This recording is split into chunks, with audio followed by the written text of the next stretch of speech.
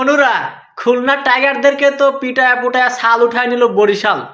বরিশাল তাদের লঞ্চে করে খুলনা টাইগারদেরকে লঞ্চে করে উঠায় নিয়ে যায়, মাঝপথে নিয়ে যায়, টুস করে নদীর ভিতরে ফেলাই দিছে বরিশালের প্লেয়াররা।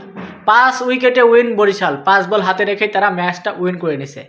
জাস্ট ওয়াও ছিল, ওয়াও। অন্যদিকে খুলনা, তাদের প্লে অফ খেলাটা অনিশ্চিত হয়ে গেল এখন।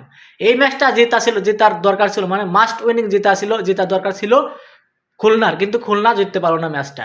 খুলনা হারিয়ে গিয়ে তাদের প্লে অফের সম্ভাবনাটা আরেকটু কমে গেল। খুলনা এই ম্যাচটা যদি জিততে পারতো, যদি বোলিংয়ে আরেকটু ভালো করতো, কারণ বোলিংয়ে তাদের একদম যা ইচ্ছা তাই অবস্থা ছিল। প্রথম থেকে উইকেট খেলাতে পারতেছিল না, তাদের পার্টনারশিপ তারা ভাঙতে পারতেছিল না।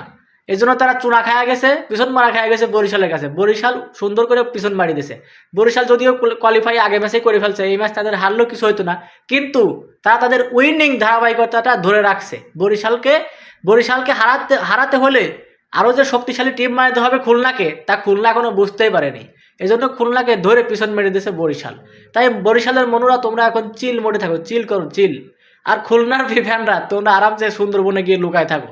সুন্দরবনে টাইগারকে ধরে নিয়ে এসে বলো, ভাই তোমার এই টাইগার নামটা আমরা খুলনায় দিছি, এটা আমাদের ভুল হয়েছে, তাই বলে ওদেরকে ছাড়িয়ে দাও। কারণ না ছাড়া এই টাইগার নাম এই খুলনা টিমের দেওয়া উচিত হয় নাই, কারণ টাইগার নামে টাইগার, কামে তারা একদম বিড়াল।